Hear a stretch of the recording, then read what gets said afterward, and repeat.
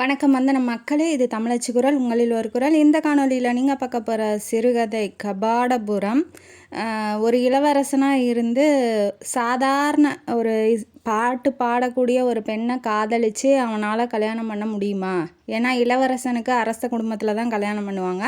இந்த மாதிரி காதல் அந்த பொண்ணை காதலித்து கல்யாணம் பண்ணும் ஒரு முடிவோடு இருக்கிற இளவரசன் கல்யாணம் பண்ணிக்கிற அளவுக்கு அவனோட காதலை கொண்டு போக முடியுமா? இல்லை அவன் வாழ்க்கையில் என்னென்ன அந்த காதலால் ஏற்படுது, அந்த அரச வாழ்க்கை இவனுக்கு எப்படி இருக்குது அப்படிங்கிறத இந்த கதையில் நம்ம தெரிஞ்சுக்க போகிறோம். வாங்க கதைக்குள்ளே போய் தெரிஞ்சுக்கலாம்.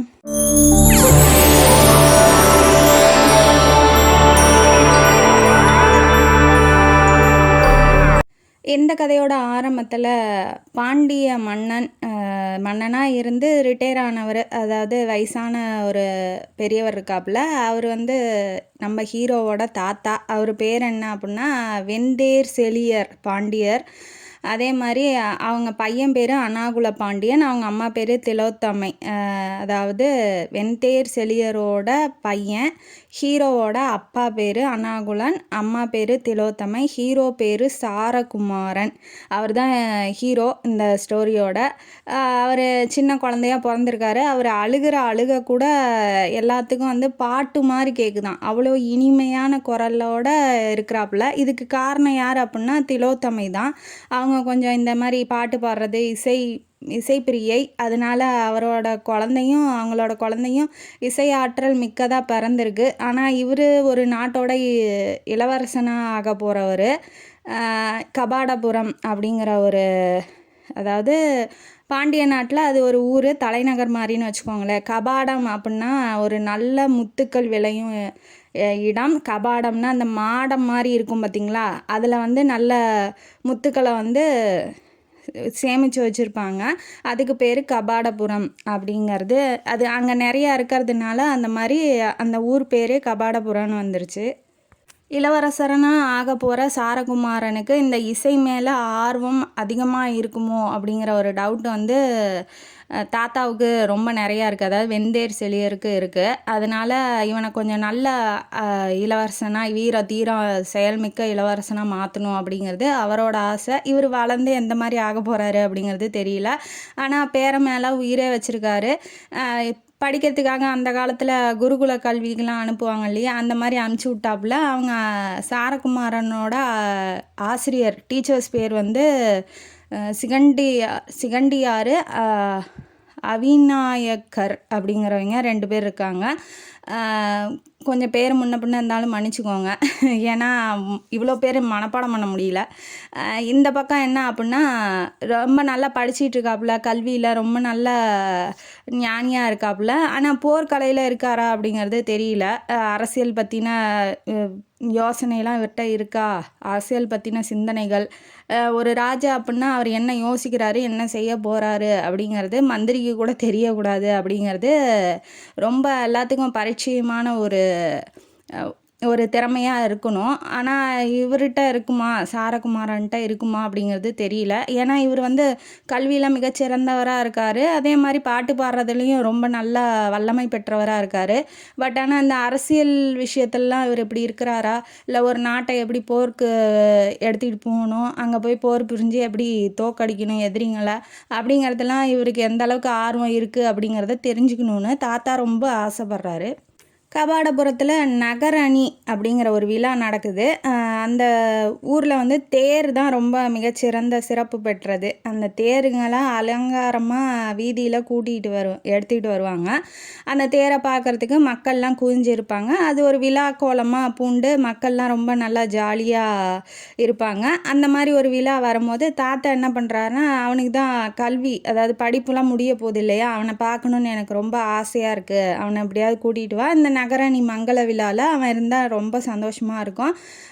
ஜனங்களுக்கும் அவனை பார்க்கணுங்கிற ஒரு ஆர்வம் இருக்குது, எனக்கும் ரொம்ப நிறையா இருக்குது, பேரனை எப்படியாவது பார்க்கணுன்னு ரொம்ப ஆசைப்படுறாப்புல. அதனால என்ன பண்ணுறாரு, நாகமுடியில் முடிநாகன் மாற்றி சொல்லிட்டேன், மன்னிச்சிருங்க, முடிநாகன் அப்படிங்கிற ஒரு அவரோட சிஷ்யன் தேர்ப்பாகனாக இருக்கிறவரை அமுச்சு விட்றாப்புல பேரனை கூட்டிகிட்டு வர சொல்லி. முடிநாகன் வந்து போயிட்டாப்புல, அங்கே படிச்சுக்கிட்டு இருக்க தாவுக்கு போகிறாப்புல. போனோடனே பேரன் வந்து தாத்தாவை பார்க்கணுன்னு ரொம்ப ஹீரோ வந்து ரொம்ப ஆசைப்படுறாரு. தாத்தா மேலே கொல்ல பிரியும்.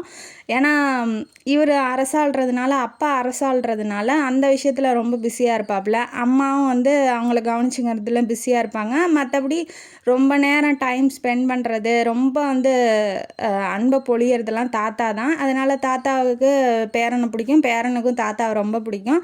அம்மா அப்பாவை விட அதிகமாக பிடிக்கும் அப்படிங்கிறது இதன் மூலமா நம்ம தெரிஞ்சுக்கலாம். இப்போ வந்தோன்னா ரொம்ப ஆர்வமாக விசாரிக்கிறாப்புல ஹீரோ சாரகுமாரன் விசாரிக்கிறாப்புல, எப்படி இருக்கார் தாத்தா, நல்லா இருக்காரா, அம்மா அப்பா நல்லா இருக்காங்களா, பார்க்கணுன்னு ரொம்ப ஆசையாக இருக்கு அப்படின்னு சொல்லவும் முடிநாகன் என்ன பண்ணுறாப்புல, நகரணி விழாவுக்கு தாத்தா அவங்கள கூட்டிகிட்டு வர சொன்னாங்க, வாங்க போகலாம், அவங்க ஆசிரியர்களையும் சேர்த்து தான் கூட்டிகிட்டு வர சொன்னாங்கன்னு சொன்னோன்னே அவருக்கு ரொம்ப குஷியாயிடுச்சு. எப்படா போய் பார்ப்போன்னு தானே இருந்தார். அதனால குஷியாகி இப்போ கிளம்புறாப்புல, தேரில் கிளம்பி புறப்பட்டு வந்துட்டுருக்காங்க. இப்போ தான் அவர் வாழ்க்கையில் காதல் ஏற்பட போகிறது. எப்படி ஏற்பட போகிறது என்றால், வர வழியில் சத்தம், ஒரு பக்கம் வந்து சத்தம் ரொம்ப நிறையா கேட்குது. 4-5 பேர் அழுதுகிட்டு வேற லேடிஸ்லாம் நின்றுட்டுருக்காங்க. அதை பார்த்தோன்னே இவருக்கு என்னன்னா, அங்கே என்ன பிரச்சனையாக இருக்க மாட்டேங்குது, என்னன்னு போய் பார்த்துட்டு வரலாம் அப்படின்னு சொல்லி தேரை நிறுத்த சொல்கிறாப்புல. இவர் என்ன சொல்கிறாரு முடிநாகன், வேண்டாம் வேண்டாம், நீங்களாம் அங்கே போகாதீங்க, அங்கே போனீங்கன்னா நீங்கள் ஒரு இளவரசன்னு தெரிஞ்சால் எல்லோரும் எப்படி ரியாக்ட் பண்ணாங்கன்னு தெரியாது, அதனால் போக வேணாம் இளவரசே அப்படின்னு சொல்கிறாங்க. இருந்தாலும் வாங்க, பிரச்சனை இல்லை. இப்போ நான் என்ன அரச உடையிலையாக இருக்கேன், குருகுலத்துலேருந்து தானே, படிக்கிற ட்ரெஸ்ஸில் தானே இருப்பார், அதனால் என்னை பற்றி யாருக்கும் தெரியாது, என்னை யாரும் இது வரைக்கும் பார்த்ததும் இல்லை, பரவாயில்ல வாங்க போகலான்னு சொன்னோன்னே கூட்டிகிட்டு போகிறாப்புல. அங்கே ஒரு பெண் வந்து மயங்கி விழுந்து கிடக்குறா. மயக்கத்திலே விழுந்து கிடக்கிறவளை எல்லாம் சுற்றி நின்று வேடிக்கை பார்த்துக்கிட்டு இருக்காங்க. என்ன ஏதுன்னு தெரியல. இவர் போய் எட்டி பார்க்கவும் அந்த பெண் ரொம்ப அழகாக இருக்கா. என் மயக்கத்தில் கூட இவள் அழகாக இருக்காளே, இவள் எந்திரிச்சு நின்னா எப்படி இருப்பா, பேசுனா எந்த மாதிரி குரலில் இருப்பா, எந்த மாதிரி இருப்பா அப்படிங்கிறது அவர் பார்க்கணுன்னு ரொம்ப ஆசைப்பட்றாரு. அதனால் என்ன பண்ணுறாரு, அந்த பெண்ணை அப்படியே வாரி மடியில் வச்சுக்கிட்டு தண்ணி எடுத்துகிட்டு வர சொல்கிறாப்புல. அப்படியே அந்த பெண்ணோட அழகையும் ரசிக்கிறாப்புல. இவ்வளோ அழகாக பெண்கள் இருப்பாங்களா அப்படிங்கிறதும், இந்த மாதிரி படிப்பை பற்றின எல்லா விஷயத்தையும் சொல்லி கொடுத்த அந்த ஆசிரியர்கள் காதல்ங்கிறத சொல்லவே இல்லையே. ஒரு பெண்ணை பார்த்தோன்னா ஒரு ஆணுக்கு ஏற்படுற அந்த உணர்வை பற்றி எதுவுமே சொல்லி கொடுக்கல, எந்த புக்கும் சொல்லி கொடுக்கல, எந்த ஆசிரியரும் நமக்கு சொல்லி கொடுக்கலையே அப்படிங்கிற ஒரு மன வருத்தத்தோடு அவளை பார்த்துக்கிட்டே இருக்காப்புல. பார்த்துக்கிட்டே இருந்தோன்னே கொஞ்ச நேரத்தில் தண்ணி தெளித்தோன்னே அவள் முகத்தை, அதாவது அவளுக்கு நினப்பு வந்துடுது. வந்தோன்னே அவரை பார்க்குறா, அவன் வந்து இவரை பார்க்குறாரு. 2 பேரும் கண்ணிலே பேசிக்கிறாங்க. அவள் எந்திரிச்சிக்கிறா, இவரும் எந்திரிச்சிக்கிறாப்புல. இவள் வந்து உங்கள் உதவிக்கு ரொம்ப நன்றி அப்படின்னு சொல்கிறாப்புல. அவள் சொல்கிறா. சொன்னோன்னே ஏம்மா மயக்கம் போடுற அளவுக்கு நீ என்னம்மா பண்ண அப்படின்னு சொல்லி கேட்கும்போது, இல்லை இளவரசரை பார்க்கணுன்னு ரொம்ப ஆசையாக இருக்குது, அதனால வேகமாக வந்தேன்னா அதனால் மயக்கம் வந்துருச்சு. அதாவது கிட்டத்தட்ட 2 நாளாக நடந்து வருவாங்க. அந்த காலத்தில் டிரான்ஸ்போர்ட்லாம் ரொம்ப கம்மி தானே, பஸ்ஸு, அதாவது குதிரை வண்டி மாட்டு வண்டியில் தான் வரணும். இந்த மாதிரி வரும்போது லேட் ஆயிருமோ, அதாவது இளவரசர் வந்து வந்துட்டு போயிடுவாரோ, நகரணி விழாவுக்கு வந்துட்டு போயிடுவாரோ அரண்மனைக்கு, அவரை பார்க்க முடியாமல் போயிடுமோ அப்படிங்கிற மனப்பதட்டத்தோடு இவள் வேகமாக அவங்க அம்மா அப்பாவை அடுத்த குரூப்பில் விட்டுட்டு இவ முன்னாடி போகிற குரூப்போடு தொடர்ந்து வந்திருக்கா. அதனால் ஒன்றுமே சாப்பிடாம நடக்கவும் 2 நாளாக அவளுக்கு மயக்கம் வந்துருச்சு. இந்த அளவுக்கு அந்த இளவரசர் ரொம்ப ஸ்பெஷலோ அப்படின்னு சொல்லி கேட்கும்போது, ஆமாம் அவரை பார்க்கணுன்னு ஊரே திரண்டுக்கிட்டு வருது, அதில் நானும் ஒருத்தி. அவரை பார்த்து ஒரு தடவையாவது அவரை பார்த்து என் கண்ணால் ரசிக்கணும்னு நினைக்கிறேன்.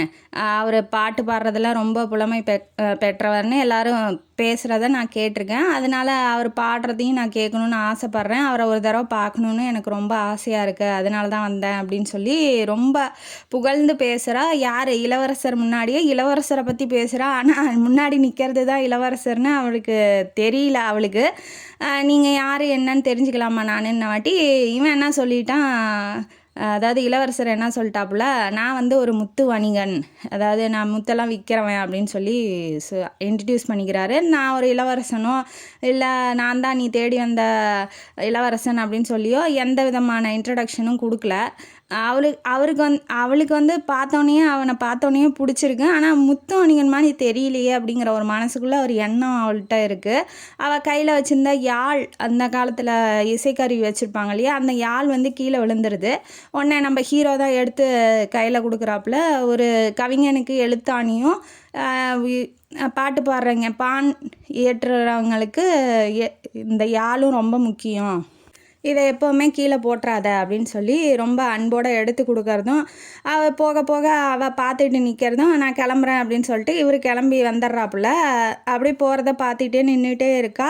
அப்புறம் பக்கத்தில் இருக்கீங்களா, வா டைம் ஆயிடுச்சு போயிட போகிறான், அந்த விழா முடிஞ்சிட போகுது அப்படின்னு சொன்ன வாட்டி தான் அவன் நினைவுக்கே வரா. அது வரைக்கும் அவனோட அழகுலையும் அவன் பேச்சுலையும் மயங்கி நின்னவளுக்கு இளவரசனை பார்க்கணும் அப்படிங்கிற ஒரு எண்ணம் வருது. அதுக்கப்புறம் கிளம்பி போகிறா. பார்த்தோன்னே ரெண்டு பேத்துக்கும் ஒருத்தருக்கு ஒருத்தர் பிடிச்சி போயிடுச்சு. இப்போ நேராக இளவரசர் வந்து அரண்மனைக்கு போயிடுறாப்புல. போனோன்னே தாத்தாவை தான் பார்க்குறாங்க. தாத்தாவை பார்த்தோன்னா என்னென்ன நடந்துச்சு, என்னென்ன கற்றுக்கிட்ட அப்படின்னு சொல்லி சோதனை மாதிரி வைக்கிறாப்புல. அந்த படிச்சிருப்பார் இல்லையா புக்கெல்லாம், அதுலேருந்து கேள்வியெலாம் கேட்குறாப்புல. கரெக்டாக இவர் பதில் சொல்லிடுறாரு. அப்புறம் வர வழியில் ஏதாவது துன்பங்கள், ஏதாவது கஷ்டம் வந்துச்சா, இல்லை நல்லபடியாக வந்துட்டியான்னு வாட்டி இவன் சும்மா இல்லாமல் என்ன பண்ணிட்டான், அந்த பொண்ணை பற்றி சொல்ல ஆரம்பிச்சிட்டான். இந்த மாதிரி நான் போய் உதவி செஞ்சேன், அந்த பொண்ணோட பேர் கண்ணுக்கினியாள் அப்படிங்கிறத சொல்கிறாப்புல. அதாவது ஹீரோயினியோட பேர் கண்ணுக்கினியாள். பேருக்கு தகுந்த மாதிரி அவள் பார்க்குறதுக்கு ரொம்ப அழகாக தான் இருந்தா அப்படின்னு சொல்லி சும்மா இல்லாமல் அவன் மனசில் பட்ட எல்லாத்தையும் அவங்க தாத்தா கிட்ட சொல்லவும், அந்த தாத்தாவும் சும்மா இல்லாமல் இவன் ஒன்றுமே பண்ணல, அதுக்குள்ளே காதல் கிதல்னு போயிட்டா என்னடா பண்ணுறதுன்னு அவர் ஒரு பக்கம் வேதனை அடைகிறாரு. அதாவது பேரன் இந்த மாதிரி சாதாரண பொண்ணுக்கிட்ட காதல் இது மாதிரி போயிட்டா என்ன பண்ணுறதுன்னு ரொம்ப பயந்துக்கிறாரு. அதனால் வந்து துருவி கேட்குறாரு அந்த பொண்ணை பற்றி. எங்கே போனா, எதுக்கு வந்தா, யார் கூட வந்தா, எங்கே தங்குறா, இதெல்லாம் பற்றி எல்லாமே கேட்கவும் அவன் என்ன சொல்கிறான்னா, சாதாரணமாக நான் உதவி தான் செஞ்சேன், அதாவது ஏன்டா சொன்னோம் அந்த விஷயத்தை பற்றி அப்படிங்கிற ரேஞ்சுக்கு போயிட்டான். இனிமேட்டு எது சொல்லணும் எது சொல்லக்கூடாது அப்படிங்கிறத மனசுக்குள்ளே முடிவு பண்ணிக்கிட்டான். ஏன்னா இப்போ எல்லாத்துக்கிட்டையும் எல்லாமே போய் சொல்ல முடியாது இல்லையா. இப்போ இதே அவன் வயசு பையன்கிட்ட போய் சொன்னால் அது வேறு விஷயம்.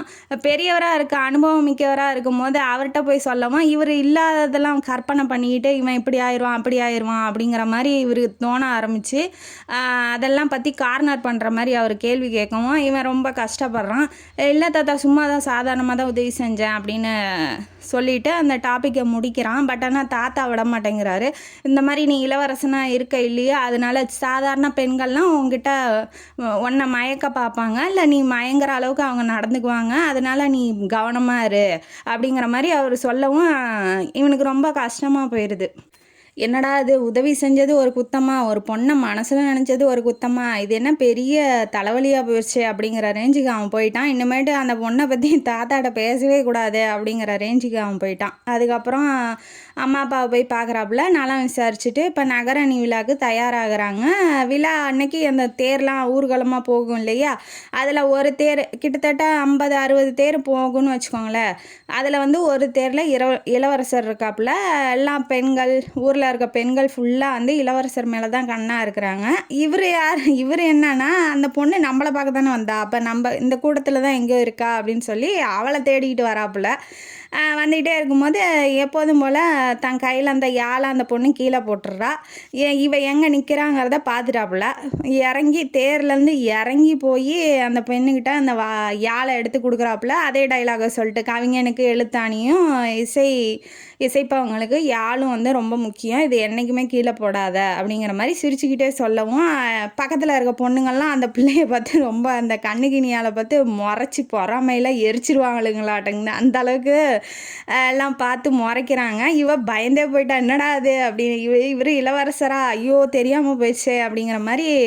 இவ கொஞ்சம் நம்மள்கிட்ட பொய் சொல்லிட்டாரு, முத்துமணிகன்னு பொய் சொல்லிட்டாரு, என்ன பண்ணுறது, ஏன் நம்மள்கிட்ட பொய் சொல்லணும், எதுக்காக சொல்லணும் அப்படிங்கிறத ரேஞ்சுக்கு இவ யோசிக்க ஆரம்பிச்சிட்டா. ஆனால் மனசுக்குள்ளே இளவரசரை பற்றின நல்ல எண்ணங்களும் இருக்குது. ரொம்ப உதவி செய்கிறாப்புல.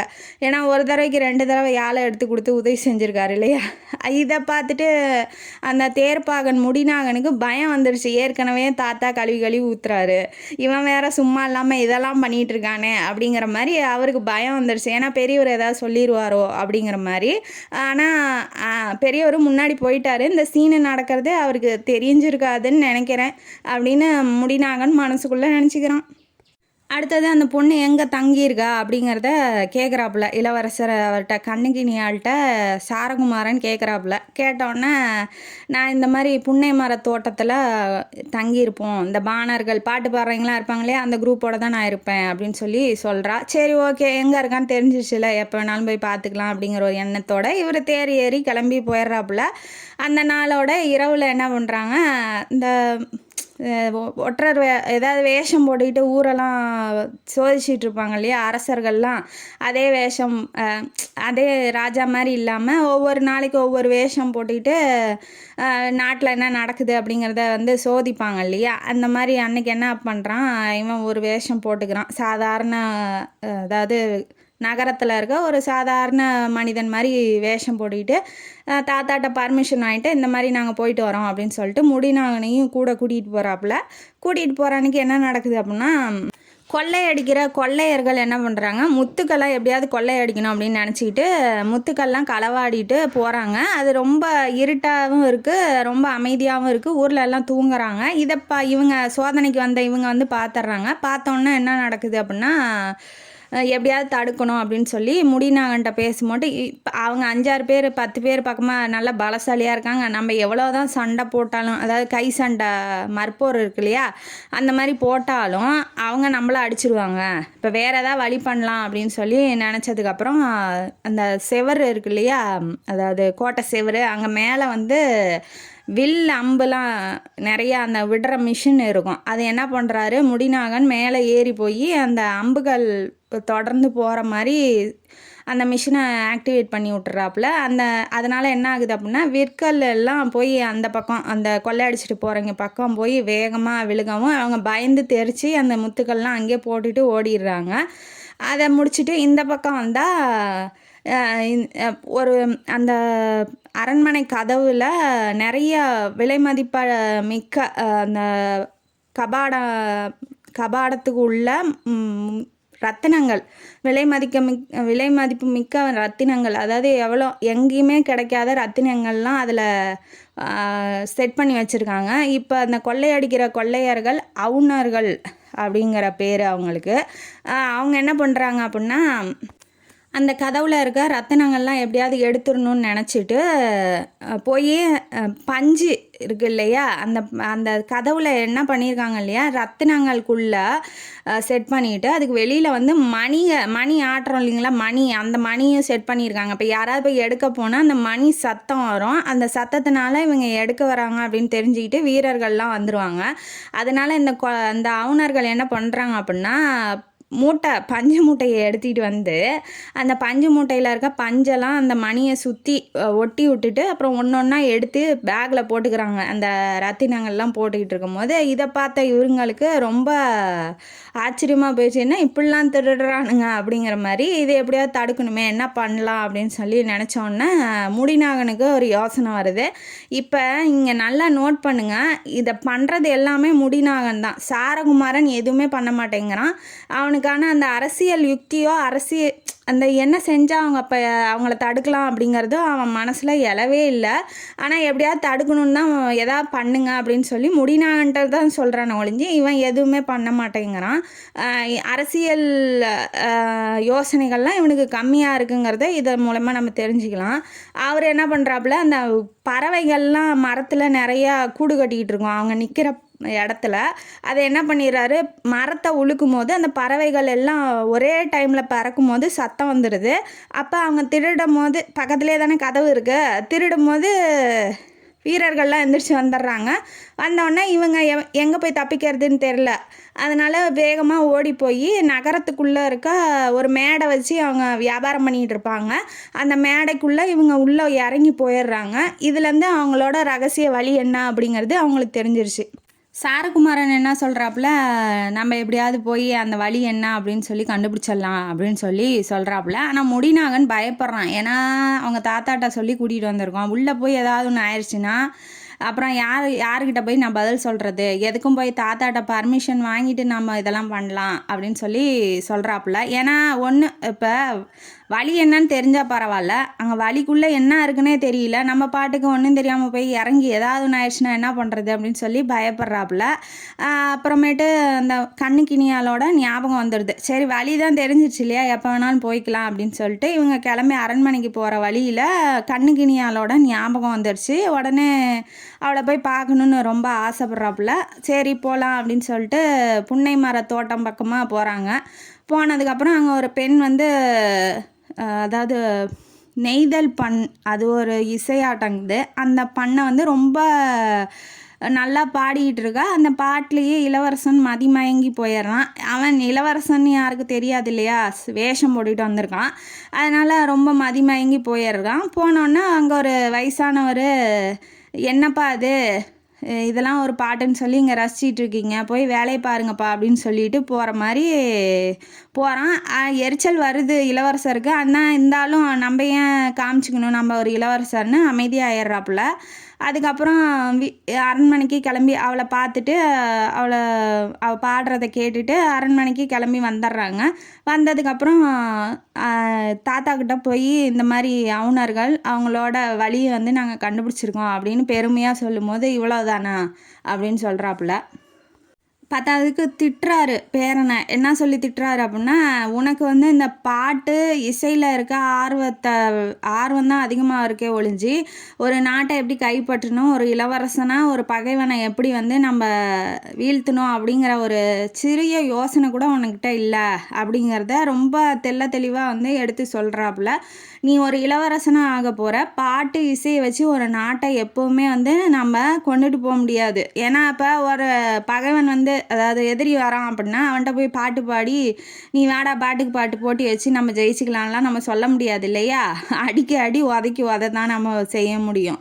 இப்போ நீ இந்த பாட்டு இசையை விட்டுட்டு நீ போய் அந்த அவுணர்கள் வழியில் அதுக்குள்ளே எங்கே போகுது, அந்த சுரங்கப்பாதை எங்கே போகுது, அவங்க என்னென்ன திட்டம் வச்சுருக்காங்க அப்படிங்கிறத கண்டுபிடிச்சிட்டு வா. அதுக்கப்புறம் நான் வந்து உன்னை பாராட்டுறேன். ஏன்னா பாட்டு இசையில் நேற்று நான் பார்த்தேன், ரொம்ப மதிமயங்கி போய் நின்றுட்டு இருந்தேன், இதெல்லாம் வேலைக்கு ஆகாது அப்படின்னு சொல்லி ரொம்ப திட்டாப்புல. அது வேறு அந்த தோட்டத்தில் போய் நின்றுட்டு இருக்கும்போது ஒரு பெரிய ஒரு திட்டினார் பார்த்தீங்களா, அது வேறு யாரும் இல்லை, இவரும் வேஷம் போட்டு வந்திருக்காரு அந்த பெண்ணை பார்க்கணும் அப்படிங்கிறதுக்காக. பேரை ரொம்ப புகழ்ந்து பேசிட்டாப்புல இல்லையா, அவள் யார் என்னன்னு பார்க்கணுன்னு அவரும் வேஷம் போட்டு வந்திருக்காரு. 2 பேரும் ஒரே தாவலை நின்றுட்டு அவங்க பேசுறது, அவளை பற்றி வர்ணிக்கிறது, அவள் ரொம்ப அழகாக இருக்கா, அவள் ரொம்ப அழகாக பாட்டு பாடுறா, எல்லாத்தையும் அவர் கேட்டிருப்பாப்புல. அந்த கடுப்பில் இப்போ இன்றைக்கி எல்லாம் கழுவி ஊற்றிட்டாரு. ஊற்றினோன்னா 2 பேர்த்துக்கு முடிநாகனுக்கும் இவருக்கும் ரொம்ப கஷ்டமாக போயிடுச்சு, யார் ஹீரோவுக்கும்.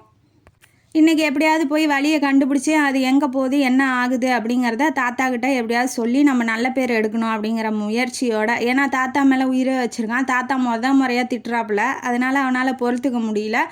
எப்படியாவது நம்ம வந்து நம்ம கடமையை நம்ம செய்யணும், கரெக்டாக செய்யணும் அப்படிங்கிறதுல முடிவு பண்ணிக்கிட்டு இப்போ நைட் ஆகுது. நைட் ஆனோன்னா அந்த வழியில் பார்த்தாங்க இல்லையா, மேடை மாதிரி ஸ்டேஜ் மாதிரி போட்டு விற்றுக்கிட்டு இருப்பாங்க இல்லையா, அந்த ஸ்டேஜுக்குள்ளே தான் எல்லாம் போனாங்க. இப்போ கதவு எங்கே இருக்குதுன்னு கண்டுபிடிக்கணும். கதவு வந்து ஒரு 4-5 கதவு வச்சுருக்காங்க. அங்கங்கே போய் தொலாவும் போது ஒரு கதவு வழியாக இறங்கி போனால் அது ஒரு பாறையில் போய் நிற்கிது, இன்னொரு கதவு வழியாக போனாலும் பாறையில் போய் நிற்கிது. இந்த மாதிரி ஒரு 4-5 வழி வச்சுருக்காங்க. இப்போ எந்த வழி அப்படிங்கிறத கண்டுபிடிக்கவே ரொம்ப நேரம் ஆயிடுச்சு இவங்களுக்கு. அதுக்கப்புறம் அந்த கதவை திறந்துட்டு அந்த மணலை தூக்கி மேலே போட்டுடுறது. ஏன்னா அப்போ தான் அடுத்தவங்களுக்கு தெரியாது இல்லையா அங்கே வழி இருக்குது அப்படிங்கிறது.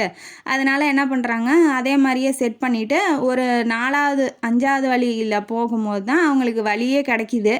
உள்ளே இறங்கி போக போக ரொம்ப இருட்டாக இருக்குது, எங்கே என்ன இருக்குன்னே தெரியல. உள்ளே இறங்கி போயிட்டே இருக்காங்க. படிக்கட்டு வழியாக தான் போயிட்டே இருக்காங்க. போயிட்டே இருக்கும்போது கொஞ்சம் தூரத்தில் 2ஆக வழி பிரியுது. அவர் என்ன சொல்கிறாப்புல, ஒரே வழியாக வச்சுருக்க மாட்டாங்க. அதாவது இப்போ தான் வந்து சாரகுமாரனுக்கு ஒரு யோசனை வருது. அதாவது ஒரு ராஜா, ஒரு இளவரசனாக அவர் என்ன சொல்கிறாரு அப்படின்னா, ஒரே வழி வச்சுருக்க மாட்டாங்க, 2 வழி வச்சுருப்பாங்க. ஒரு வழியாக எப்படியாவது தப்பிச்சிடணும், இன்னொரு வழியாக நிறையா பேர் ஒரே வழியில் போனால் ஒரே இடத்துல மாட்டிக்குவாங்க. அதனால் 2 வழியாக பிரிஞ்சு போகிறதுக்கு கூட வாய்ப்பு இருக்குது. அப்போ நீ முதல்ல ஒரு வழியில் போயிட்டு எங்கே இருக்குதுன்னு பார்த்துட்டு அப்புறமா இன்னொரு வழிக்கு போகலாம் அப்படின்னு சொல்கிறாப்புல. சொன்னோன்னே முடிநாகனுக்கும், ஓ சரி இவருக்கும் வந்து நல்லா மூளையெல்லாம் இருக்க மாட்டேங்குது அப்படின்னு சொல்லிட்டு கூட்டிகிட்டு போகிறான் ஒரு வழியாக. இப்போ ஃபஸ்ட்டு ஒரு வழியை கண்டுபிடிச்சி அது எங்கே முடியுதுன்னு பார்க்கறதுக்காக போகிறாங்க. போயிட்டே இருக்கும்போது ஒரு வெளிச்சம், ரொம்ப நேரம் வெளிச்சமே இல்லை, இப்போ ஒரு வெளிச்சம் மாதிரி வருது. வந்தோடனே அந்த வெளிச்சத்தை நோக்கி போகும்போது அங்கே இருக்க ஒரு ரத்தின கல் வந்து சந்திரன், அதாவது அந்த சந்திரன் இருக்கு இல்லையா, நிலாவோட ஒளிப்பட்டு மின்னிட்டு அது கொஞ்சம் தூரத்துக்கு மட்டும்தான் அந்த வெளிச்சம் இருக்குது. அந்த அந்த வழியாக போகும்போது அது வந்து அந்த கோட்டை ஒட்டி அந்த தேர்லாம் நிப்பாட்டுவாங்க இல்லையா, அந்த இடத்துல முடியுது. அங்கே ஒரு மார்க் பண்ணி வச்சுக்கிறாப்புல. ஏன்னா நமக்கு ஹெல்ப் ஆகும், நம்மளே ஏதாவது கஷ்டத்தில் மாட்டிக்கிட்டா இந்த வழியாக போய் நம்ம எஸ்கேப் ஆகிக்கலாம் அப்படின்னு ஒரு குறி மாதிரி செதுக்கி அங்கே ஒரு வழி இருக்குது அப்படிங்கிறத அவர் நோட் பண்ணி வச்சுட்டு அடுத்த வழியாக வராங்க. வரும்போது அது எங்கே முடியுது அப்படின்னா, கடற்கரையில் அந்த புன்னை மர தோட்டம் இருக்குது இல்லையா, அவத்துல ஒரு பாறைக்கிட்ட முடியுது. அதையும் அவங்க கண்டுபிடிச்சிட்டு மறுநாள் வந்து தாத்தா கிட்ட சொல்கிறாங்க, இந்த மாதிரி முடியுது தாத்தா அப்படிங்கும்போது, இதுதான் கண்டுபிடிச்சிங்களா, அவங்க என்ன பண்ணுறாங்க, என்ன திட்டம் தீட்டி வச்சுருக்காங்க, எதுக்காக அந்த வழியெல்லாம் செதுக்கி வச்சுருக்காங்க, எதை வந்து எடுத்துகிட்டு போகிறதுக்காக இப்படி வழி செட் பண்ணி வச்சுருக்காங்கங்கிறதெல்லாம் உங்களுக்கு தெரியலையா அப்படின்னு சொல்லி அதுக்கும் வந்து திட்டுறாப்புல. திட்டினோன்னே ஓ நம்ம பண்ணது தப்பு தான் அப்படிங்கிறது ரெண்டு பேர்த்துக்கும் புரியுது. முதல்ல நீங்கள் ஏன் அவங்கள நகரத்துக்குள்ளே அனுமதிக்கிறீங்க அப்படின்னு சொல்லி தாத்தாவை எதிர்த்து கேள்வி கேட்குறாப்புல இளவரசர். அதுக்கு தாத்தா என்ன பதில் சொல்கிறாருன்னா, நான் வந்து இந்த கோட்டையோ அந்த இடத்தையோ உருவாக்கும் போது அவங்க தான் ரொம்ப ஹெல்ப்பாக இருக்காங்க. அதாவது அவங்க எப்படின்னா ரொம்ப திடமான ஆண்மகன்கள், அதாவது ரொம்ப வாட்டசாட்டமாக இருப்பாங்கன்னு வச்சுக்கோங்களேன். எந்த வேலையாக இருந்தாலும் செய்வாங்க, எவ்வளோ வெயிட்டாக இருந்தாலும் தூக்குவாங்க. அந்த மாதிரி இருக்கிறவங்கள நான் வந்து எப்படி ஊரை விட்டு போங்க அப்படின்னு சொல்லி நான் அனுப்பிவிட முடியும்? நான் அவங்களோட ஃப்ரெண்டும் இல்லை, நான் அவங்களோட எனிமியும் இல்லை, அவங்களால ஒன்றும் செய்யவும் முடியாது. தேர் இருக்கிற தாகலை தானே முடியுது. அப்போ தேரை இழுத்துக்கிட்டு போய் அவங்க கடல் வழியாக எடுத்துக்கிட்டு போய் அவங்க சண்டைக்கு வர முடியுமா அப்படிங்கிறதெல்லாம் நடக்காத காரியம். அதனால் நான் விட்டு வச்சிட்ருக்கேன் அப்படின்னு சொல்லி தாத்தா வந்து ஒரு எக்ஸ்ப்ளனேஷன் கொடுக்குறாப்புல. கொடுத்தோன்னே சரின்னு இவரும் போயிடுறாரு. போனோன்னே ரொம்ப நாள் ஆச்சு கண்ணுக்கினியால் பார்த்து அப்படின்னு சொல்லி எப்போதும் போல் காதல் வந்து திரும்ப மலர ஆரம்பிக்குது. அதனால் அவளை ஒரு டைம் பார்த்துட்டு வந்துடலாம் அப்படின்னு சொல்லி நினைக்கிறாப்புல. எனக்கு கிட்டத்தட்ட 2 வாட்டி போயிட்டான் அந்த தோட்டத்துக்கு. ஒரு தடவை அந்த தோட்டத்தில் அந்த முடிகிற பாதையை வந்து காமிச்சு அந்த பாதை கண்டுபிடிக்கிறதுல ஒரு தடவை போயிட்டு வந்திருப்பான். இன்னொரு தடவை அவள் பாட்டு பாடுறதை கேட்டுட்டு அவள்கிட்ட பேசாமலே வந்திருப்பான். இப்போ 3ஆவது தடவையாக அவளை போய் பார்க்கணுங்கிற ஆசை ரொம்ப இருக்குது. ஆனால் பெரியவருக்கு தெரியக்கூடாது, தாத்தாவுக்கு தெரிஞ்சால் அதுக்கு வேறு ஏதாவது சொல்லுவார் அப்படின்னு பயப்படுறான். அதனால் அவன் என்ன பண்ணுறான், வேஷம் போட்டுக்கிட்டு அந்த அவுணர்கள் மாதிரி வேஷம் போட்டுக்கிட்டு வராப்புல. வந்துட்டு இவன் என்ன பண்ணுறா, கண்ணுக்கினியால் அவள் ஃப்ரெண்ட்ஸோட அந்த புன்னை மர பூக்கள் எல்லாம் பொறுக்கிட்டு இருக்கும்போது இவ தனியாக பொறுக்கிட்டு இருக்கும்போது இவர் போய் பேசுகிறாரு, என்ன பண்ணுற, என்ன எப்படி இருக்கா அப்படின்னு சொல்லி கேட்கும்போது இவ கண்டுபிடிச்சிட்டா கொஞ்ச நேரம் கழிச்சு. பார்த்தோன்னே தெரில, ஆனால் வாய்ஸை வச்சு கண்டுபிடிச்சிட்டா. ஓ நீங்கள் தானே முத்துவனிங்கண்ணா, நீங்கள் இல்லை இளவரசரா, நீங்கள் இல்லை இப்போ வேறு வேஷத்தில் வந்திருக்கீங்க, இது உண்மையா அது உண்மையா அப்படிங்கும்போது எதுவுமே உண்மை இல்லை என்னை தவிர அப்படின்னு சொல்லி, என் இதயத்தை தவிர எதுவுமே உண்மை இல்லை அப்படின்னு சொல்லி அவர் ஒரு டைலாகை போடுறாரு. போட்டோன்னே நீங்கள் என்ன சொல்ல வரீங்கன்னு எனக்கு ஒன்றும் புரியல, நான் பாட்டு பாடுறவ உங்களுக்கு எப்படி செட் ஆவேன் அப்படின்னு சொல்லி இவ கேட்க ஆரம்பிக்கிறா. எங்கள்கிட்ட பேசுகிறத கூட தெரிஞ்சால் கூட அவங்க அரண்மனையில் இருக்கீங்க கோச்சிக்க போகிறாங்க அப்படிங்கிற மாதிரி இவளோட நிலமை ஏதோ அது வந்து சொல்லி பார்க்குறான். அவர் தான் காதலில் இருக்கார், அதெல்லாம் எப்படி அவருக்கு தெரிய போகுது, அவருக்கு எதுவுமே தெரியல. அவர் என்ன சொல்கிறாரு அப்படின்னா, இசைக்கு பாட்டுக்கு ஜாதி மதம் பேதம்லாம் தெரியாது, உன்னோட பாட்டுக்கு நான் அடிமை அப்படிங்கிற மாதிரி இவர் சொல்ல ஆரம்பிக்கிறாரு. நீ ரொம்ப அழகாக இருக்க, உன் பாடல்கள் கேட்டுகிட்டே இருக்கணும் போல் இருக்கு, என் வாழ்க்கை ஃபுல்லாக நீ பாடுவியா பாட மாட்டியான்னு தெரியாது அப்படிங்கிற மாதிரி சொன்னோன்னே, நான் ஊருக்கு போகலான்னு இருக்கேன், ஏன்னா இங்கே வந்த வேலை தான் முடிஞ்சிடுச்சு இல்லையா அப்படிங்கும்போது, ஏன் அவ்வளோ அவசரம் எதுக்கு, நான் வந்து உன்னோட பாட்டை இன்னும் கொஞ்சம் கேட்கணுன்னு விரும்புகிறேன் அப்படின்னு சொல்லிகிட்டு இருக்கும்போது என் தோழிகள்லாம் வர ஆரம்பிச்சிட்டாங்க. அங்கே வேற ஒருத்தர் எட்டி பார்த்துட்ருக்காரு, முடினாங்கன்னு தான் என்கிட்ட பேசுகிறதுக்கு அவர் ரொம்ப என்கிட்ட பேசுகிறத பார்த்துட்டு அவர் ரொம்ப பயந்துட்டுருக்காரு உங்களை பார்த்து அப்படின்னு சொல்லி அவள் சொல்லவும், சரி நான் அடுத்த தடவை சந்திக்கும் போது உன்கிட்ட நிறைய நேரம் பேச முயற்சி பண்ணுறேன், நான் இப்போ எனக்கு ஒரு வேலை இருக்குது, நான் போயிட்டு வரேன் அப்படின்னு சொல்லிட்டு இவர் கிளம்பி போயிடுறாப்புல. போனதுக்கப்புறம் ஒரே நினப்பு இளவரசர் மேலே இவளுக்கு ரொம்ப நினப்பாக இருக்குது. இவளும் லவ் பண்ண ஆரம்பிச்சிட்டான்னு தான் நினைக்கிறேன். அந்த பக்கம் இப்போ இவர் ஃபுல் லவ்வில் இருக்கார். இதை தெரிஞ்சுக்கிட்ட தாத்தா என்ன பண்ணுறாரு, நீ வந்து இந்த பாகுபலி படத்தில் பாகுபலி வந்து சிவகாமி போய் ஊர் ஊராக போய் சுற்றி பார்த்துட்டு வான்னு சொல்லுவாங்க இல்லையா, பயணம் பண்ணிட்டு வா அந்த மாதிரி சொல்லுவாங்க இல்லையா, போய் ஊரில் ஜனங்க என்னென்ன கஷ்டப்படுறாங்க, எங்கெங்கே எப்படி இருக்காங்க, அதாவது அந்த பக்கம் அதை மலை பக்கமாக இருக்கிற கிராமங்கள்லாம் எனக்கு இப்போதைக்கு டச் எதுவும் இல்லை. அவங்களாம் என்ன பண்ணுறாங்க என்ன செய்கிறாங்கன்னு எனக்கு தெரியாது. ஏன்னா எனக்கு வயசாயிடுச்சு, நான் போய் அங்கே பார்க்க முடியாது. உங்கள் அப்பாவை அமுச்சுடலாம் அப்படின்னாலும் அவனுக்கு வேலை இருக்குது. இப்போ ரொம்ப நாள் அவன் நாட்டில் இல்லைன்னா அப்போ வேறு ஆபத்துகள்லாம் வந்துடும். அதனால் இப்போ இருக்க ஒரே ஆப்ஷன் நீ தான். நீ போயிட்டு அந்த ஊர்கள்லாம் அவங்கெல்லாம் என்ன பண்ணுறாங்க, நான் பார்த்தப்ப இருந்த மாதிரியே இப்போ இருக்காங்களா, இல்லை வேறு மாதிரி ஏதாவது நமக்கு எதிராக ஆக்டிவிட்டிஸ், நமக்கு எதிராக ஏதாவது செயல்பாடுகள்லாம் செயல் திட்டம்லாம் பண்ணிகிட்ருக்காங்களான்னு பார்த்துட்டு வந்து சொல்லுன்னு சொல்கிறாப்புல. இப்போ இவரை வந்து அரசியல் ரீதியாக நாட்டோட இளவரசன் மாதிரி ஆக்கணும், நல்லா வீர தீர செயல்கள்லாம் ஈடுபட்டு என் பேரன் இதெல்லாம் பண்ணால், இத்தனை பேர்த்த வீழ்த்தினா, இத்தனை நாடுகளை பிடிச்சான் அப்படிங்கிறது எனக்கு என் காதில் வந்து செய்திகள் வரணும், அதை தான் நான் ஆசைப்பட்றேன்னு ஒழிஞ்சு நீ பாட்டு பாடணும் டான்ஸ் ஆடணும் அதெல்லாம் வந்து எனக்கு விருப்பம் இல்லை அப்படிங்கிற மாதிரி, அதாவது நேராக சொல்லலை, சுற்றி வளைச்சி சொல்கிறாப்புல. அவனும் புரிஞ்சுக்கிறான், வேறு வழி இல்லை இல்லையா. அவனுக்கு இந்த நாட்டை பிடிக்கிறது, போய் ஒருத்தனை அடித்து கொல்றது அதெல்லாம் இன்ட்ரெஸ்டே இல்லை. இருந்தாலும் தாத்தா சொல்கிறாரு, வேறு வழி இல்லை, கேட்டு தான் ஆகணும் அப்படிங்கிறது அவனோட விதியாக இருக்குது. முறையாக அவன் ரொம்ப ஃபீல் பண்ணுறான். அதாவது இளவரசனாக ஆனால் இத்தனை நாள் வரைக்கும் அவனுக்கு வந்து அந்த நினப்பே இல்லை. தடவையாக அவன் என்ன ஃபீல் பண்ணுறான் அப்படின்னா, நமக்கு பிடிச்சதை நம்மளால் செய்ய முடியல, என்னதான் ராஜாவாக இருந்தாலுமே அவன் மனசில் என்ன தோணுதோ அவனால் செய்ய முடியலையே அப்படிங்கிறத நினச்சி, ராஜாவாக இருக்கிறத விட சாதாரண மனுஷனாகவே இருந்திருக்கலாமோ, இளவரசனாக இருக்கிறத விட ஒரு ஆசை உள்ள மனிதனாகவே இருந்திருக்கலாமோ சாதாரணமாக அப்படிங்கிறத மனசுக்குள்ளே நினச்சிக்கிறான். வேறு வழி இல்லாமல் இப்போ கிளம்பி போகிறான். கப்பலில் போகும்போது அவங்க அப்பா அனாகுல பாண்டியன் என்ன பண்ணுறாருன்னா, அந்த முத்துக்கள்லாம் எடுத்து பேக் பண்ணி தராப்புல, உனக்கு ஹெல்ப்ஃபுல்லாக இருக்கும், உனக்கு ஏதாவது ஆபத்து வந்தால் அந்த முத்துக்களை நீ வந்து பயன்படுத்திக்கோ அப்படின்னு சொல்லிட்டு பெட்டியாக வச்சுட்டு ஒரு கப்பலில் ஏறி இப்போ பழந்தேர் காடுகள் அப்படிங்கிற, அதாவது காட்டு பகுதிக்கு போகிறான்னு வச்சுக்கோங்களேன். அங்கெல்லாம் ஜனங்க எப்படி இருக்காங்க, எந்த மாதிரி இருக்காங்க, நமக்கு எதாவது திட்டம் போடுறாங்களா, இல்லை நான் பார்த்துட்டு வந்த மாதிரியே இருக்காங்களா அப்படிங்கிறத சொல்லியிருக்காரு இல்லையா. அதனால் ஒவ்வொரு நாடாக போய் செக் பண்ணணும். இவன் இளவரசன்னா இவனுக்கு ஆபத்து ஃபுல்லாக இருக்குது. அதனால் இவன் என்ன பண்ணுறான்னா, பிரயாணி மாதிரி, அதாவது ஒரு ஊர்லேருந்து இன்னொரு ஊருக்கு போய் சுற்றி பார்ப்பாங்க இல்லையா, அந்த மாதிரி ஒரு வேஷத்தோடு இப்போ கிளம்பி போகிறான். தடவை போகும்போது எய்னர் நாட்டுக்கு போகிறான். அங்கே எய்னர் நாட்டில் அவுணர்கள் நிறைய பேர் இருப்பாங்க. அதுவும் இல்லாமல் இவர் தாத்தா வந்து அந்த நகரத்தை அமைக்கும் போது இவங்கெல்லாம் ரொம்ப ஹெல்ப்ஃபுல்லாக இருந்திருக்காங்க. அந்த தேர்லாம் கட்டி கொடுக்கறது அதெல்லாம் வந்து இவங்க ஏரியாவிலேருந்து தான் அந்த மரம்லாம் போயிருக்கு. கடமை மரம்னு சொல்லுவாங்க இல்லையா, அது ரொம்ப உறுதியான மரம். அந்த மரம்லாம் இவங்க தான் வெட்டி அமுச்சு விட்ருக்காங்க. அது இல்லாமல் அந்த தேர்களை வந்து வடிவமைச்சு கட்டினதும் இவங்க தான்.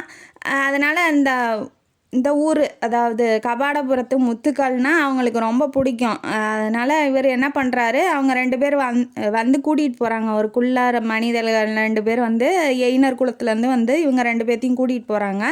கூட்டிகிட்டு போனோன்னே எய்னர் குல தலைவனை பார்த்துட்டு காதில் போய் எதோ சொல்கிறாங்க. சொன்னோன்னா சரி நமக்கு எதோ ஆபத்து வருது, முத்தை யூஸ் பண்ணுற வேலை வந்துருச்சு அப்படின்னு சொல்லிட்டு பெட்டி நிறையா இருக்க முத்தை வந்து கொடுக்குறாப்புல. கொடுத்தோன்னா எய்னர் குல தலைவன் வந்து ரொம்ப சந்தோஷப்படுறான். ஓ நீங்கள் யார் என்ன ஏதுன்னு அதுக்கப்புறம் தான் பேச ஆரம்பிக்கிறான். நான் இந்த மாதிரி பிரயாணம் பண்ணிட்டு வரேன், ஒவ்வொரு ஊரை சுற்றி பார்த்துட்டு அப்படின்னாட்டி, சரி உக்காருங்க சாப்பிட ஏதாவது தரேன்னா வாட்டி அவங்க வந்து என்ன தராங்க, கல்லும் கறியும் தராங்க. இது வந்து சாப்பிட்டு பழக்கம் இல்லை இல்லையா, அதனால் அவங்க ஒரு மாதிரியாக மூஞ்ச வச்சுக்கிட்டு இருக்கவும் பழங்கள், விதவிதமான பழங்கள்லாம் இருக்கும் இல்லையா, அதை எடுத்துகிட்டு வந்து கொடுத்தோன்னா அதை சாப்பிட்றாங்க. சாப்பிட்டோன்னா நீங்கள் எப்போ இங்கேயே தங்கறதா முடிவு பண்ணியிருக்கீங்களா இல்லை போகிறீங்களா அப்படின்ன வாட்டி, இல்லை ஒரே இடத்துல தங்கி நாங்கள் என்ன பண்ண போகிறோம் அப்படிங்கிற மாதிரி இருக்கவும், சரி இங்கே இருங்க, காலையில் வந்து அருவிக்கு கூட்டிகிட்டு போகிறோம், அருவியெல்லாம் பாருங்கள், எங்கள் ஊரில் இருக்கிற அருவியெல்லாம் நீங்கள் சுற்றி பார்க்கலாம், எங்கள் ஊரை சுற்றி பார்த்துட்டு அப்புறமா கிளம்புங்க அப்படின்னு சொல்லி அந்த தலைவன் நல்லபடியாக அந்த முத்தை காமிச்சோன்னே அந்த தலைவன் வந்து ரொம்ப நல்லபடியாக நடந்துக்கிறான். கொஞ்சம் சந்தேகத்தோடு தான் பேசுகிறான், பழகுறான். இவங்களும் என்னன்னா பொதுவான விஷயம் மட்டும் தான் பேசுகிறாங்க. நீ யார், என்ன, உன் ஊர் என்ன, உன் குளம் என்ன, உன் கோத்திரம் என்ன அப்படின்னு உள்ள டீட்டெயில்டாக போகாமல் பொதுவாக நாங்கள் இப்படி வந்திருக்கோம், நாங்கள் சுற்றி பார்க்குறோம், அவ்வளோதான், அதோடு நிறுத்திக்கிறாங்க. ஏன்னா அப்போ உள்ளே ரொம்ப குடஞ்சி போனால் மாட்டிக்குவாங்க. அதனால் இவங்க 2 பேர் பேசி வச்சுட்டு வந்திருக்காங்க. அவங்க எப்படி இருக்காங்க அப்படின்னா, மரத்தை வெட்டி பரண் மாதிரி அமைச்சு அதுக்கு மேலே தான் குடியிருக்கிறாங்க. ஏன்னா இப்போ காட்டு விலங்குகள்லாம் வரும் இல்லையா. மறுநாள் என்ன ஆகுது, அவங்க தலைவன் ரொம்ப குஷியாக வந்து நாங்கள் இந்த மாதிரி கப்பல்லாம் கட்டிகிட்டு இருக்கோம், போர் ஏதாவது வந்துருச்சுன்னா எங்களை நாங்கள் காப்பாற்றிக்கிறதுக்காக கப்பல் கட்டுறோம் அப்படிங்கிற மாதிரி ரொம்ப பெருமையாக சொல்லவும், நாங்கள் உடனே பார்க்கலாமா அப்படின்னு சொல்லி இளவரசர் வந்து வாயை விட்டுறாரு. இப்போ அதிதியாக வர்றவன் அதை பார்த்து ரொம்ப ஆச்சரியப்பட வேண்டிய அவசியம் கிடையாது. எதை கப்பல் கட்டுறதை பற்றியோ இல்லை திட்டம் போடுறத பற்றியோ எதுவும் ஆச்சரியப்படணுன்னு அவசியம் கிடையாது. ஆனால் இவன் சும்மா இல்லாமல் ரொம்ப ஆச்சரியப்படுறத பார்த்துட்டு அவர் சந்தேகப்பட்டுறாரு. என்ன ரொம்ப ஷாக் ஆகுறீங்க, இதனால் உங்களுக்கு என்ன வரப்போகுதுன்னு தெரியலையே. அதுக்கப்புறம் தான் அவரோட தப்பை அவருக்கு புரியுது. இல்லை, நான் பொதுவாக தான் எல்லா விஷயங்களையும் பார்க்கணுன்னு ஆசைப்படுவேன், அதே மாதிரியே இந்த விஷயத்தையும் பார்க்கணுன்னு எனக்கு ரொம்ப ஆசையாக இருந்துச்சு, வேறு ஒன்றும் இல்லை அப்படின்னு சொல்லி ஏதோ ஓரளவுக்கு மழுப்பி, நீங்கள் அவ்வளோ பெரிய நல்லவங்க, இந்த கப்பல்லாம் கட்டுற அளவுக்கு நீங்கள் பெரிய ஆளுங்க, உங்களால் முடியும், நீங்கள் எவ்வளோ பெரிய ஜனங்க அப்படி இப்படின்னு பெருமையாக அடித்து அதுக்கப்புறம் வந்து கூட்டிகிட்டு போய் அந்த கப்பல் கட்டுற தளத்தெல்லாம் பார்க்குறாங்க. ஏன் இப்படி இத்தனை ஆளுங்க உங்களுக்கு எப்படி கிடச்சிச்சு, அதாவது கப்பல் கட்டுறதுல நிபுணர்கள்லாம் உங்களுக்கு நீங்கள் எங்கேருந்து கூட்டிகிட்டு வந்தீங்க அப்படின்னு கேட்கும் போது, ஏங்க நாங்கள் தான் தேரே வந்து வடிவமைக்கிறோம், தேர் வடிவமைக்க தெரிஞ்ச எங்களுக்கு வந்து கப்பல் கட்ட தெரியாதா அப்படிங்கிற மாதிரி ரொம்ப ஓப்பனாக சொல்லிடுறாரு. சொன்னோன்னே இவங்க வந்து டவுட் ஆயிடுது. அதனால் இனிமேட்டு அங்கே இருந்தால் நம்ம மாட்டிக்குவோன்னு கிளம்பி கப்பலுக்கு வந்துடுறாங்க. கப்பல் போயிட்டே இருக்கும்போது யோசிக்கிறாரு.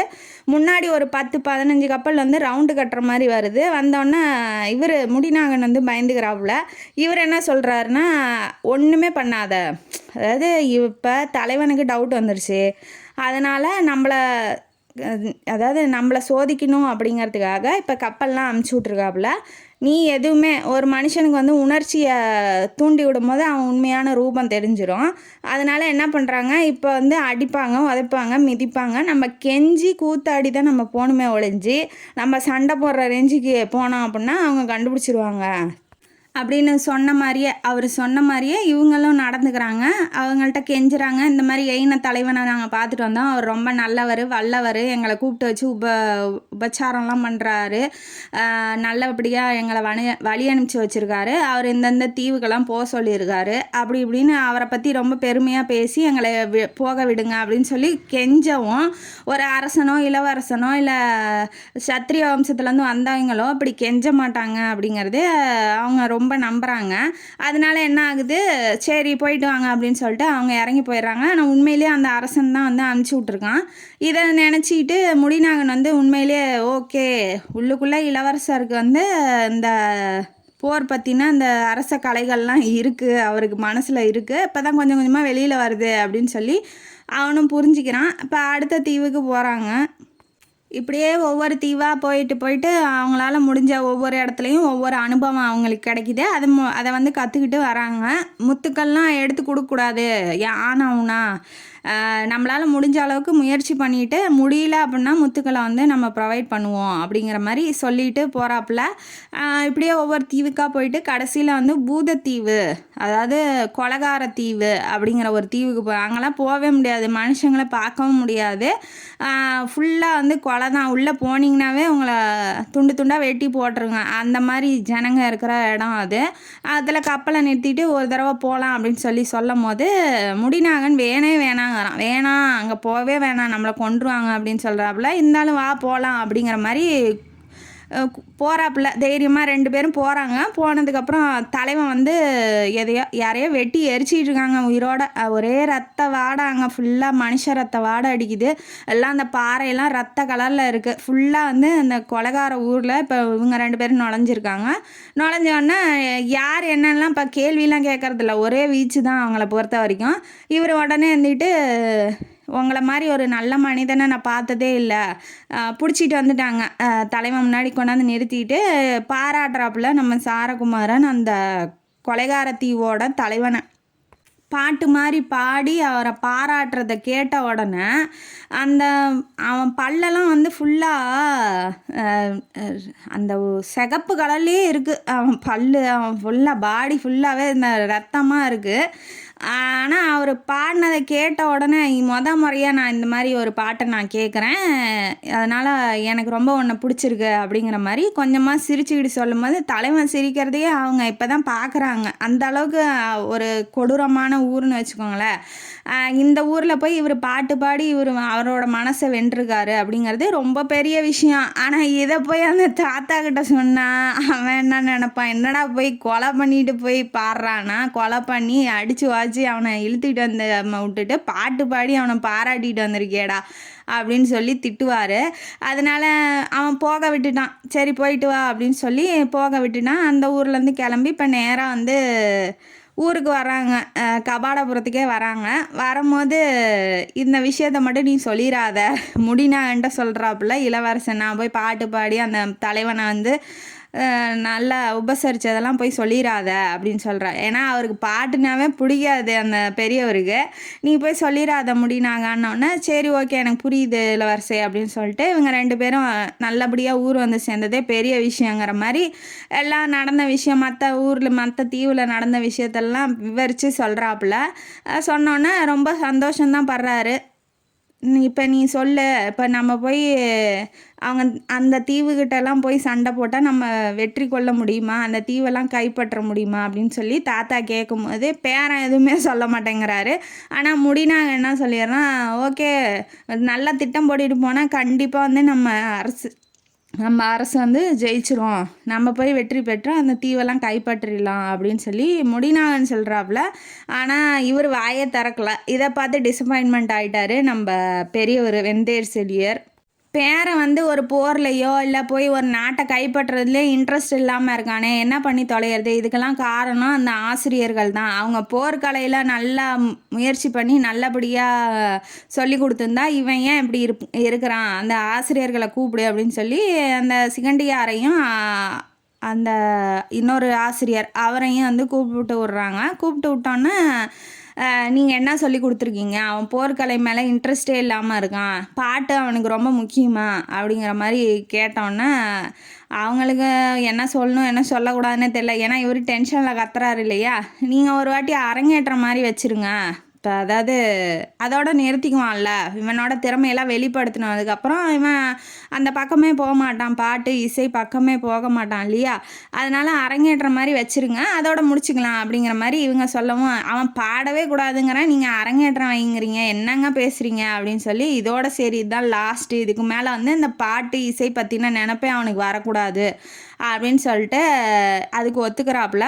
ஒத்துக்கிட்டு நேராக வந்து விஷயத்த சொல்லலான்னு வந்தப்போ, என்னை விட வந்து சூப்பராக பாடுற ஒருத்தி இருக்கா, இந்த நெய்தல் பண்ணலாம் சூப்பராக பாடுவா, அவள் பேர் வந்து கண்ணுக்கினியாள், அவளை நான் உங்கள்கிட்ட காமிக்கணுன்னு எனக்கு ரொம்ப ஆசிரியரே அதாவது டீச்சர்கிட்ட சொல்லிகிட்டு இருக்கான். டீச்சரும் ரொம்ப ஆச்சரியப்படுறாங்க, அவர் பாட்டை கேட்கணுன்னு ரொம்ப ஆசையும் படுறாங்க. கூட்டிகிட்டு போயிட்டு அந்த பொண்ணை பாட வச்சு அவளை பற்றி புகழ்ந்து தள்ளிட்டு வரும்போதே இவருக்கு புரிஞ்சிடுச்சு இவன் லவ் பண்ணுறான் நாட்டங்க அந்த பொண்ணை அப்படின்னு சொல்லிட்டு. ஏன்னா அவள் ரொம்ப சோகத்தில் பாட்டு பாடிக்கிட்டு இருக்கா, இவனை காணுமே எத்தனை நாள் ஆச்சு என்னாச்சு ஏதாச்சுன்ட்டு. அதை கேட்டோன்னே ஆசிரியருக்கும் அவருக்கும் ரொம்ப பிடிச்சி போயிடுச்சு. கண்ணாலேயே பேசிக்கிறாங்க. பேசினோன்னே வீட்டுக்கு அரண்மனைக்கு வரும்போது, நம்ம இப்படி போனதை தாத்தா கிட்ட சொல்லிடாதீங்க அப்படிங்கிற மாதிரியே அவன் சொல்கிறான். ஆனால் தாத்தாவுக்கு தெரிஞ்சு போயிடுச்சு. சேம் டீச்சரை கூட்டிகிட்டு சேம் அந்த பொண்ணை பார்க்கறதுக்கு கண்ணுக்கினியால் பார்க்கறதுக்கு இப்போ தாத்தா வராரு. தாத்தா வந்தோடனே பாட சொல்கிறாங்க. இவளும் பாடினோடனே இவர் தாத்தா வந்து டென்ஷன் ஆகிட்டாரு. ஏம்மா உங்களுக்கு ஊராக போகிறது தானே வேலை, ஏம்மா இதே ஊர்லேயே கிடக்குற, வேறு ஊருக்கெலாம் போகிறதுக்கு உனக்கு திட்டம் எதுவும் இல்லையா அப்படின்னு சொல்லி கேட்டோன்னா அவள் டென்ஷன் ஆகிட்டா. என்னங்க யார் வந்தாலும் நல்லா சாப்பாடு போட்டு நல்லா வேலை கொடுக்குற பாண்டிய நாட்டில் வந்து நாங்கள் இருக்கோம், நீங்கள் என்னமோ இந்த ஊரை விட்டு வேறு ஊருக்கு போங்கிறீங்க, என்னங்க பேசுகிறீங்க அப்படிங்கிற மாதிரி அவள் டென்ஷன் ஆகி கத்திட்டான். ஏன்னா இப்போ நீ ஏன் இங்கே இருக்கா, நீ ஊருக்கு போனால் அவள் விருப்பம், அவன் அங்கே இருக்கா இல்லாமல் போகிறா, உனக்கு இல்லைன்னா உனக்கு வந்து இந்த காதல் பிடிக்கலன்னா உன் பேரண்ட்டை போய் பேசு, ஏன் இவள்கிட்ட வந்து பேசணும் அப்படிங்கிறது தான் என் கேள்வி.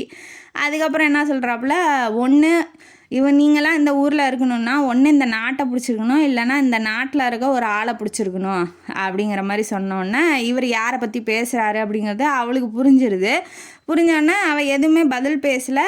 அவரை பற்றின ஒரு இப்போ பெரிய மனுஷனா எப்படி நடந்துக்கணும், சரிம்மா அவன் வந்து ஒரு நல்லபடியாக வந்துட்டோம், ஒரு போர் கலையெல்லாம் நல்லா திறமையானவனா வரட்டும், அதுக்கப்புறம் கல்யாணத்தை பற்றி யோசிக்கலாம் அப்படிங்கிற மாதிரி சொல்கிறத விட்டுட்டு இந்த பொண்ணையே வந்து டார்கெட் பண்ணுற மாதிரியே பேசிகிட்டு இருக்கான். அந்த பொண்ணுக்கு வந்து இந்த பெரியவர் மேலே மதிப்போ மரியாதையோ இல்லை, பத்தாவதுக்கு கோவம் தான் வருது. அவள் எதுவுமே பேசலை.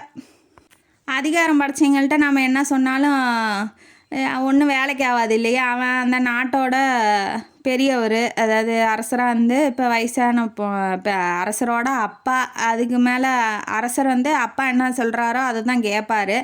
நம்ம போய் பேசியும் எதுவும் பிரயோஜனம் இல்லை அப்படிங்கும் போது எளிய பெண் அவளால் அதுக்கு மேலே எதுவும் பேச முடியல. இவர் கிளம்பி வந்துடுறாரு. அவர் மனசில் இருக்க வேதனையெல்லாம் கொட்டிட்டு அவர் கூட வந்த டீச்சருக்கு ரொம்ப மனசு கஷ்டமாக போயிடுது. அந்த பொண்ணு என்னடா பண்ணுச்சு, ஏண்டா போட்டு அந்த பொண்ணை பாடாப்படுத்துறீங்க, பேரணும் தாத்தணும் அப்படிங்கிற மாதிரி ஆயிடுச்சு அவருக்கு. அவர் எதுவுமே பேசாமல் போயிட்டார். இவர் இப்போ ஹீரோ வந்து இப்போ அரங்கேற்றம் பண்ணுறேன், வா நீயும் வா, உன்னை பார்த்துட்டு நான் பாடணுன்னு எனக்கு ரொம்ப ஆசையாக இருக்குங்க வாட்டி. நான் ஊருக்கு போகிறேன்னே சொல்லிகிட்டு இருக்கா. இப்படி வந்தாங்க, அவங்க தாத்தா வந்தாங்க, என்னை இப்படி பேசுனாங்க அப்படிங்கிறத பற்றி எதுவுமே பேசலை. எப்பயுமே ஹீரோயினிலாம் அதானே பண்ணுவாங்க, குடும்பத்துக்குள்ளே சண்டை குழப்பத்தை ஏற்படுத்த மாட்டாங்க இல்லையா. ஆனாலும் வளைச்சி நான் ஊருக்கு போகிறேன்னு பேசுகிறத கேட்டோன்னே இவளுக்கு டவுட் ஆயிடுச்சு. சரி ஏதோ ஒரு நடந்திருக்கு, ஏதோ நம்மள்ட்ட வந்து மறைக்கிறா, சரி நம்ம முன்ன அரங்கேற்றத்தை முடிப்போம், அதுக்கப்புறம் விஷயத்தை பற்றி பேசுவோம் அப்படிங்கிற மாதிரி நினச்சிக்கிட்டு இப்போ அரங்கேற்ற மேடையில் போய் உக்காந்துட்டு இருக்காங்க. இந்த பக்கம் வந்து அப்பா, அந்த பக்கம் வந்து தாத்தா. இவன் எங்கே போய் அவள்கிட்ட போய் பேசலாம் பழகலான்னாலும் முடியாத காரியமாக இருக்குது. எங்கேயும் போகவும் விட மாட்டேங்கிறாரு தாத்தா. கையை இறுக்கமாக பிடிச்சிக்கிட்டு இருக்காப்புல. இவன் தேடுறான், அந்த மேடையை சுற்றி எல்லா இடத்துலையும் தேடுறான். மூளையில் அந்த பாட்டு பாடுறீங்க அவங்களாம் வந்து நின்றுட்டு இருக்கிறதுக்கும் உட்கார்றதுக்கும் இடம் விட்டுருக்காங்க.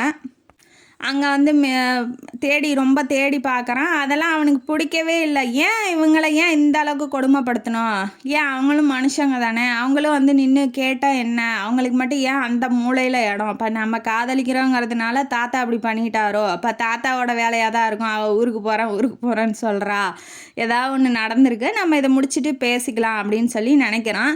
உடனே கண்ணுக்கினியால் வந்து நின்று அந்த யாழ் அவள் கையில் வச்சுருப்பா இல்லையா, அந்த யாழ் வந்து அவள் கையிலேருந்து வச்சிட்டு இருக்கிறத பார்த்துக்கிட்டு இருக்கான். அது அப்படியே அந்த அரங்கேற்றம்லாம் முடிஞ்சிருச்சு. இவன் போய் பேசலான்னு எங்கே போகிறது, இந்த பக்கம் இவர், அந்த பக்கம் அவர் அப்பா, அந்த பக்கம் தாத்தா. இவன் எங்கே போக முடியாது இல்லையா. இளவரசனாக இருக்கிறதுக்கு நல்லதும் இருக்குது கெட்டதும் இருக்குது. அதாவது நம்ம எங்கே வேணாலும் போகலாம், எப்படி வேணாலும் இருக்கலாம் அப்படிங்கிறது முடியாத காரியங்கிறது இப்போ அவனால் புரிஞ்சிக்க முடியுது. அப்புறம் அவன் நின்ன இடத்த பார்த்துக்கிட்டே போகிறான். அவன் அங்கே இல்லை, கையில் வச்சுருந்த யாழ் தான் இருக்குது. அந்த யாழ் கீழே விழுந்தோடனே இவனுக்கு கோவம் வந்துடுச்சு. எத்தனை வாட்டி அவள்கிட்ட சொல்லியிருக்கேன் இப்படி போட்டு போகக்கூடாதுன்னு, இவளுக்கெல்லாம் அறிவியல், நான் போய் சாயங்காலம் பேசிக்கிறேன் அப்படிங்கிற மாதிரி கோவத்தை கண்ட்ரோல் பண்ணிட்டு அந்த யாழை கையில் எடுக்கும்போது தாத்தா வந்துடுறாப்புல. வந்துட்டு இதெல்லாம் எதுக்குப்பா, அந்த கீழே போட்டிருப்பா கொஞ்சமாக உடஞ்சி போனதெல்லாம் அவன் எதுக்குப்பா, நமக்கு வந்து வீணாக போனதெல்லாம் நமக்கு தேவையில்ல அப்படின்னு சொல்லி தூக்கி விட்டு அடிச்சிடுவார். அது கடலில் போய் விழுந்துருச்சு. என்னடா அது, என்ன ஒரு ஒரு ஒரு இதே இல்லாமல் மனசாட்சியே இல்லாமல் நடந்துக்கிறாங்களே அப்படிங்கிற மாதிரி அவனுக்கு தோணுது. அதாவது தாத்தா வந்து டைரெக்டாக சொல்லலை, இந்த பொண்ணு வேண்டாம், இது நமக்கு செட் ஆகாது அப்படிங்கிறது. மறைமுகமாக எல்லா விஷயத்துலேயும் செஞ்சிட்டாரு இல்லையா. அதை வந்து அவனால் புரிஞ்சிக்க முடியுது. அவளை எப்படியாவது சமாதானப்படுத்தி நம்ம வந்து அவளை நம்மக்கிட்டேயே வச்சுக்கணுன்னு அவன் நினைக்கிறான். ஆனால் அதுக்கு அவன் அங்கே இருக்கணுமே. நைட் ஆகுது, இவன் போய் பார்க்கலான்னு போகலான்னு போகிறான். அந்த தோட்டமே காலியாக இருக்குது, முன்னை மர தோட்டமே காலியாக இருக்குது. அவளையும் ஆளை காணோம், அவங்க கூட்டத்தை சேர்ந்தவங்களையும் யாரையும் காணோம். சரி இப்போ தான் கிளம்பி போயிருக்காங்கன்னு காவலாளி சொல்லுவான். சரின்ட்டு பின்னாடியே குதிரை எடுத்துகிட்டு வேகமாக போவார். ஆனால் கண்ணு கெட்டுற தூரம் வரைக்கும் யாரையுமே காணோம். உடனே மனசுலாம் ரொம்ப கஷ்டமாயிடுச்சு. பிரேக்கப் ஆயிடுச்சு இளவரசனுக்கு. என்னடா அது, ஒன்று 4 வாரத்தை கூட நல்லா பேசல, அதுக்குள்ளே இப்படியா, என்ன கொடுமைடா அது. இளவரசனாக இருந்து எனக்கு பிடிச்ச ஒரு பெண்கிட்ட பேசக்கூட முடியலையே என்னால், எனக்கு பிடிச்ச ஒரு பாட்டு கூட என்னால் பாட முடியலையே, என்ன ஒரு கொடுமையான வாழ்க்கை. ஏன்னா மற்றவங்க சொல்கிறதையே கேட்டு கேட்டு அதை பண்ணணுங்கிறது எத்தனை நாளைக்கு வருங்கிறது எனக்கு ஒன்றும் புரியல. இவர் ரொம்ப மனசு நொந்து போய் அந்த பெண்ணை அந்த பெண்ணோட நினைவுகள், அந்த பெண் பாடின பாட்டு, அதெல்லாம் அவர் மனசு ஒரு கபாடம் மாதிரியும் அவளோட நினைவுகள் முத்து மாதிரியும் மனசுக்குள்ளேயே வச்சுக்கிட்டு திரும்பி ஊருக்கே வந்துடுறாரு. வேறு வழி, அவரோட கடமையை இனிமேட்டு செய்கிறத முழு முயற்சியோடு ஈடுபடுவார்னு நம்ம நினப்போம். ஃபுல் பிரேக்கப்பு தான். அதான் கபாடபுரங்கிறது உண்மையிலேயே அவரோட மனசு தான் அந்த மாதிரி ஆயிடுச்சு, கபாடம் மாதிரி. அதில் ஒரு முத்து மாதிரி அந்த பொண்ணு என்றைக்குமே வாழ்ந்துகிட்டு இருப்பா அப்படிங்கிறது இந்த கதையோட கருத்து. நான் என்ன சொல்கிறேன், இப்போ தன்னோட உணர்வுகளையே வெளிப்படுத்தி எனக்கு இதுதான் வேணும், இதுதான் செய்ய போகிறேன் அப்படிங்கிறத வெளிப்படுத்தி ஒரு தைரியமாக இவனால் தாத்தாக்கிட்டேயோ அப்பாக்கிட்டேயோ பேச முடியல. இவன் என்ன போய் நாட்டு மக்களை காப்பாற்றி என்ன பண்ண போகிறானோ தெரியல. ஏன்னா ஒரு இளவரசனோ யாராவது இருக்கட்டுமே, நமக்கு வேணும், நமக்கு பிடிச்சிருக்கு அப்படிங்கும்போது நம்ம செய்யறதுல எந்த தப்பும் இல்லை இல்லையா. இவன் போய் தைரியமாக அவங்க தாத்தாக்கிட்ட எனக்கு இதுதான் பிடிச்சிருக்கு, இவளை தான் கல்யாணம் பண்ணிக்கணும்னு ஆசைப்பட்றேன், இவளை காதலிக்கிறேன் அப்படின்னு சொல்கிறதுலாம் எந்த தப்பும் இல்லையே. ஆனால் இவன் மனசுக்குள்ளேயே வச்சுக்கிட்டு தாத்தாவும் வேணும் அந்த பொண்ணும் வேணும் அப்படின்னா 2 பக்கம் காலை விட்டுட்டு எடுக்க முடியல அப்படின்னா நம்ம எதுவும் செய்ய முடியாது. அந்த பொண்ணு மேலேயும் தப்பு இல்லை இல்லையா. எந்த அளவுக்கு சுயமரியாதையை விட்டுட்டு எப்படி அவனை போய் காதலித்து அவனை போய் கல்யாணம் பண்ணிக்கணும் அப்படிங்கிறதெல்லாம் நடக்காத காரியம். ஏன்னா எய்த்து ஒரு வார்த்தை கூட பேசலை. அவங்க டைரெக்டாகவே கேட்குறாங்க ஏன் அந்த ஊரில் இருக்கா அப்படிங்கிறதெல்லாம். இதெல்லாம் சகிச்சுக்கிட்டு அந்த பொண்ணு போய் வாழ போகிறதுங்கிறதும் முடியாத காரியம். என்றைக்குமே மேலே இருக்கவங்களோட தான் சேருவாங்க, கீழே இருக்கவங்க அவங்க தகுதிக்கும் தராதத்துக்கும் ஏற்ற மாதிரி இருக்கிறவங்களோட வாழ்கிறது தான் பெட்டர் அப்படிங்கிறத புரிஞ்சுக்கிட்டு அவள் கிளம்பி போயிட்டா அப்படிங்கிறது என்னோடய கருத்து. உங்களோட கருத்து என்ன அப்படிங்கிறது இந்த கதையில் இந்த கமெண்ட் பாக்ஸில் சொல்லுங்கள். இந்த கதையை கேட்டுட்டு இந்த கதையும் கனவுலையும் உங்களுக்கு பிடிச்சிருந்தா லைக் பண்ணுங்கள், ஷேர் பண்ணுங்கள், சப்ஸ்கிரைப் பண்ணுங்கள். நன்றி மக்களே.